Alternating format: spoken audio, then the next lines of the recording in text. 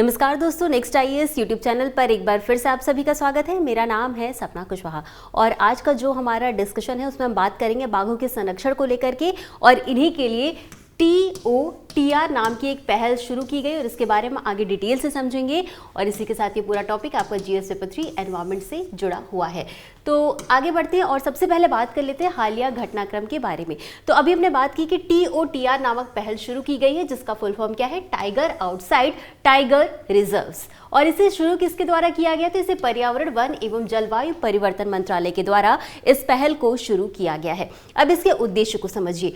तो अभी तक जितने भी संरक्षण प्रयास थे वो टाइगर रिजर्व के भीतर जो बाघ रहते थे उनके संरक्षण से संबंधित था, लेकिन ये जो पहल है जो टाइगर रिजर्व के बाहर जो बाघ रहते हैं उनके संरक्षण से संबंधित है। और ये इसलिए भी किया गया कि वर्तमान स्थिति की बात करेंगे तो लगभग 35 से 40% बाघ की आबादी जो है वो संरक्षित टाइगर रिजर्व से बाहर रहती है, यानी कि 35 से 40% बाघ इनका टाइगर रिजर्व के बाहर रहता है और इन्हीं के संरक्षण को लेकर के ये पूरी पहल शुरू की गई है। इसी क्रम में आगे बढ़ते हुए अब हम बात करेंगे भारत में बाघ संरक्षण की शुरुआत कब हुई थी।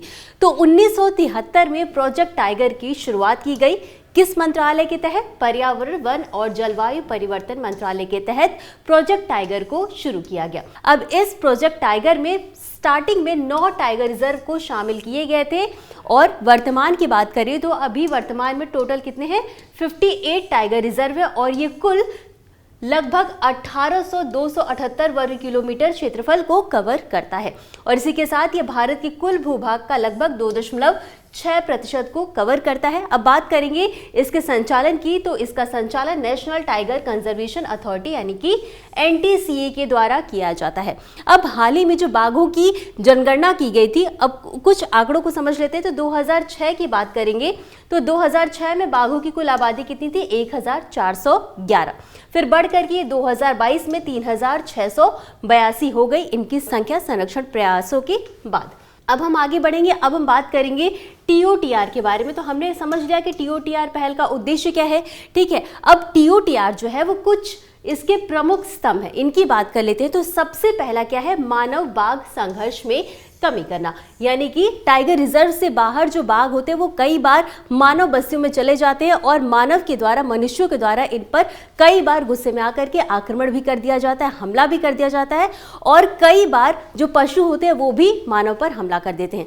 तो इसीलिए मानव और बाघ संघर्ष में कमी लाने के लिए ही इस पहल की शुरुआत की गई है। साथ ही इसमें सामुदायिक सह अस्तित्व की भी बात की गई है, यानी कि इसमें यह कहा गया है कि ऐसे क्षेत्र बनाए जाए जहां पर मनुष्य और जीव जंतु आसानी से रह सके, किसी भी तरीके का वहां पर प्रतिरोध न देखा जाए। अब इसके अलावा इसमें ये जो पूरा कवरेज है ये 9 राज्यों के 40 वन प्रभागों में किया जाएगा।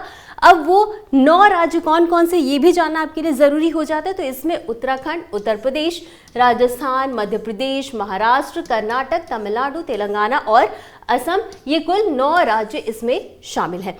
अब इसमें जिन तकनीकों का उपयोग किया जाएगा, जिनके द्वारा जो बाघ हैं उनकी निगरानी की जाएगी, वो कौन कौन से उनकी बात कर लेते हैं। तो कैमरा ट्रैप का इस्तेमाल किया जाएगा, GPS आधारित निगरानी करी जाएगी, यानी कि उनके कॉलर में जो GPS कॉलर लगाया जाता है उसकी बात की गई है। ड्रोन के द्वारा सर्वेलेंस किया जाएगा, आर्टिफिशियल इंटेलिजेंस की मदद करके उनकी निगरानी की जाएगी, उनसे संबंधित जो भी डेटा है वो इकट्ठा किया जाएगा। साथ ही साथ अर्ली वार्निंग सिस्टम का भी प्रयोग किया जाएगा, यानी कि एक ऐसा सिस्टम तैयार किया जाएगा जिसमें अगर कोई भी जीव जंतु मानव बस्तियों में जाते हैं तो उन्हें पहले ही सूचना मिल जाएगी, जो वन अधिकारी हैं उनको। इसी के साथ रियल टाइम मॉनिटरिंग भी की जाएगी ताकि जो पशु हैं, जो जीव जंतु वो किस क्षेत्र में जा रहे हैं उनकी मॉनिटरिंग वास्तविक टाइम पर की जा सके। अब इसी क्रम में हम आगे बढ़ते हैं और अब हम बात करेंगे कि आखिर इसकी आवश्यकता क्यों पड़ी, इस पहल को क्यों शुरू किया गया। तो जैसा कि हमने अभी आपको बताया कि मानव संघर्ष में कमी लाना है, मानव और पशुओं के बीच संघर्ष लगातार देखने को मिलता है, तो इसको कम करना है। क्योंकि जब जानवर जो है वो मानव बस्तियों में जाते हैं तो जाहिर सी बात है कि संघर्ष बढ़ता ही है। अब ये जो जानवर हैं वो जाकर के किसानों की फसल को बर्बाद करते हैं और पशुधन को भी नुकसान पहुंचाते हैं। तो इसको नियंत्रित करने के लिए भी इस पहल की शुरुआत की गई और कई बार क्या होता है, हमले में लोगों की मृत्यु भी हो जाती है और प्रतिशोध में बाघों की हत्या भी हो सकती है। और इसी के साथ एक जो सबसे इंपॉर्टेंट चीज कि कई बार क्या होता है वाइल्ड लाइफ कॉरिडोर जो होते हैं वो टूट जाते हैं, जिसके कारण जो पशु हैं वो मानव बस्तियों में आ जाते हैं। तो ये कुछ रीजन है जिनकी वजह से इस पहल की आवश्यकता पड़ी, इस पहल को शुरू किया गया। और यही था आज का हमारा पूरा डिस्कशन का टॉपिक। अब इससे संबंधित एक अभ्यास प्रश्न को भी देख लेते हैं। तो प्रश्न है, निम्नलिखित कथनों पर विचार कीजिए। आपके पास 3 कथन है। पहला है टाइगर आउटसाइड टाइगर रिजर्व, जिसे कि TOTR भी कहा जाता है। इस पहल का उद्देश्य मानव बाघ संघर्ष को कम करना है। दूसरा कथन है TOTR केवल टाइगर रिजर्व के भीतर लागू की जाएगी। और तीसरा कथन है TOTR का पहला चरण 9 राज्यों के 40 वन प्रभागों में लागू किया जाएगा। आपको बताना है कि उपरोक्त में से कौन सा या कौन से कथन सही है या सही है। A ऑप्शन है केवल 1 और 2, B ऑप्शन है केवल 1 और 3, C ऑप्शन है केवल 2 और 3 और D ऑप्शन है 1, 2 और 3। और इस प्रश्न का उत्तर आपको हमेशा की तरह कमेंट बॉक्स में देना है। तो आज के लिए बस इतना ही। मिलते हैं अगले एपिसोड में इसी तरह कुछ अहम और ज़रूरी खबरों के साथ। तब तक के लिए धन्यवाद।